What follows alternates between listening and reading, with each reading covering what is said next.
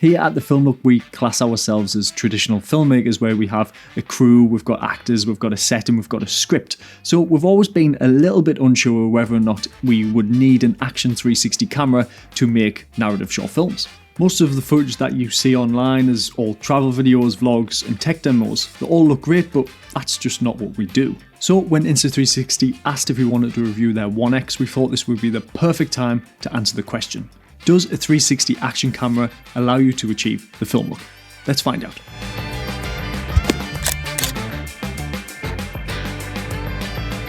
If you're new here, my name is Robert and this is Richard, and we make short films on this channel and then we break down everything we've learned to share with you so you can make your films bigger, better and make something that you're proud to share with the world. Today we're going to be talking about the Insta360 ONE X.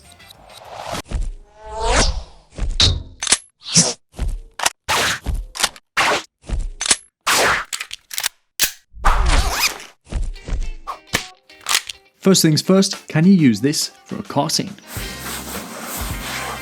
It's a bit dusty in here. Do you want one on the top as well? It might be better if we use black. Some black tape would help with that, but we're going to zoom the shot in anyway, aren't we? So this is a bit of a rough and ready setup. As you can see, that's not really going anywhere. After about 20 minutes, we managed to gaff tape the camera to the windshield, did a successful brake test, and started shooting straight away. Away we go. I suppose we could present here a little bit. You might be wondering why this looks overexposed. That's because it is. I completely forgot that you need ND filters to shoot in bright sunlight, and since the ONE X doesn't have ND filters, I needed to use automatic settings in the next shot. Us filmmakers are do or die when it comes to manual settings. Unfortunately, I had to go automatic. With a click of a button, I lazily set the exposure from manual to automatic. You can also use the phone app as a monitor for checking your shot. You can reframe and orbit around the 360-degree angle. Getting a shot like this with a bigger camera can actually be a bit of a pain, unless you have an external car rig which you completely trust won't fall off. Fitting the camera to the dashboard is the next best thing. But rigging up something even as small as a Sony a7S to the inside of a car can be a struggle sometimes. You have to fiddle with the external monitor to see the frame, you gotta figure out how to attach it. It's just not that easy. With the ONE X, it only took us 20 minutes and we were up and running, and we are more than happy with the quality of the image. So much so that we actually shot a bunch of alternative car type shots.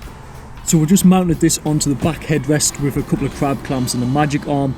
You've seen these types of shots in like Breaking Bad, so we're going to get like a hyperlapse of me and Rich in the front and just driving along, shows the passage of time.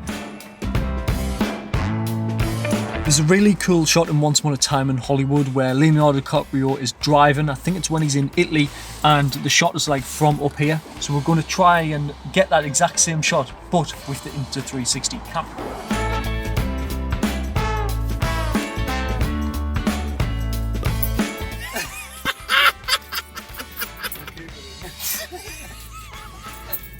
So there is a filmmaking cliche, which is the boot shot. And this is not the most difficult thing you can do with a bigger camera, but with using the tiny little tripod you get, we can replicate one of Quentin Tarantino's cliche shots in like just a few seconds.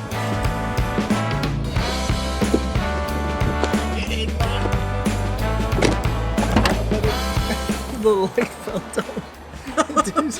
Just go back and we're setting up the shot of me in the boot because this camera's so small. We can just get it in here and it fits perfectly, but we've just run out of battery. One thing that I really like about it is the USB port is just on the side there. So we have this thing called the Power Junkie, which is from Blind Spot. It's got an NPF battery in and it's got 2 USB sockets out. So we can plug this straight into the camera and continue rolling. I've got a crab clamp on the bottom, so if you need to rig that up high, you can as well. And it just fits together like that. We can continue what we're doing.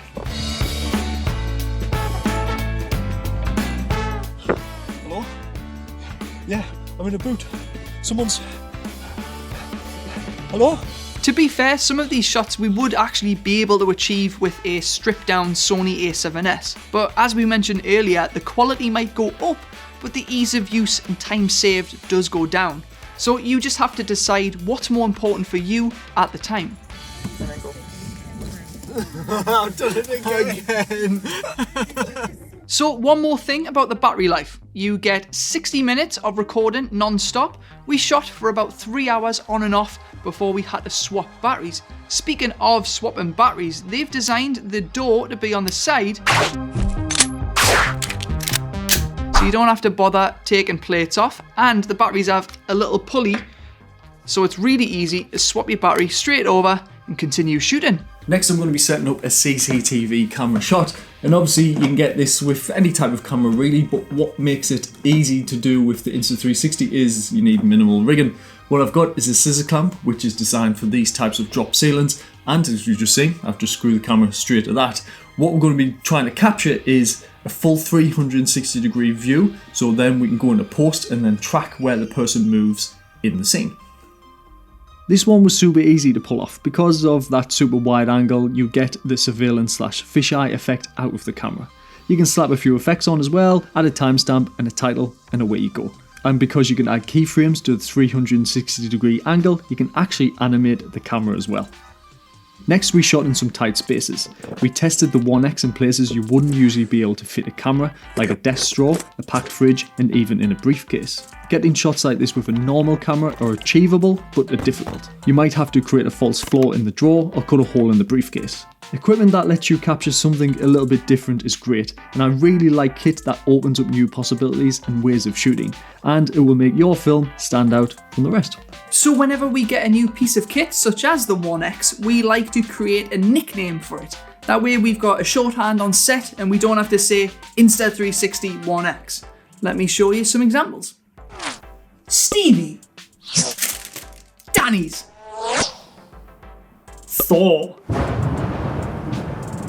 What do you reckon we should call this bad boy then? Insta360 ONE X is a bit of a mouthful, so put your suggestions in the comments below.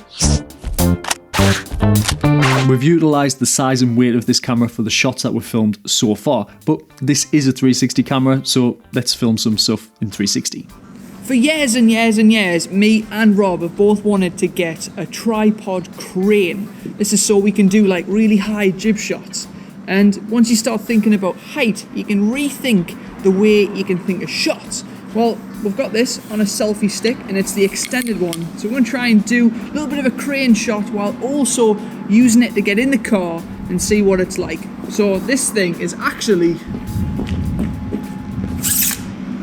absolutely massive.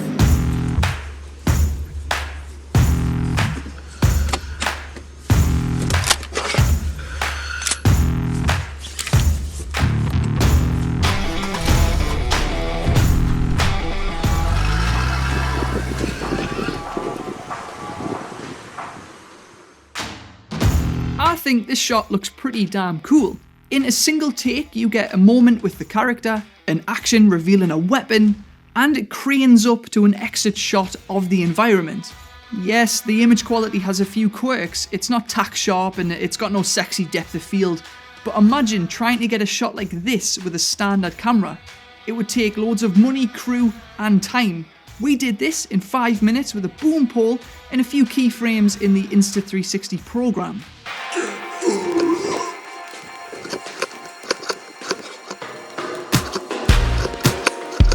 I built this DIY Snorri cam rig a couple of years ago for a friend who was running in the colour run. It's just made out of PVC piping, some plywood, and the Insta360 camera just sits right on top and it works perfectly as a Snorri cam. Because you can edit the angle of the image, you can achieve some pretty weird looking shots like this one. This could work well if your character's doped up on drugs, was paranoid, out of his mind, and trying to escape a crackdown. Hello?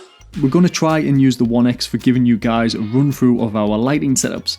We might even provide a VR version so you can look around the room and see where everything is placed. Using the Insta360 app, you do have a lot of control over the image, enabling you to match your settings to another camera quite well. There are settings which you would expect to find on a filmmaking camera, such as shutter speed, ISO, the resolution can go up to 5.7K, and slow motion up to 100 FPS. You can even shoot in a log profile, and Insta360 provides a LUT which you can apply in post.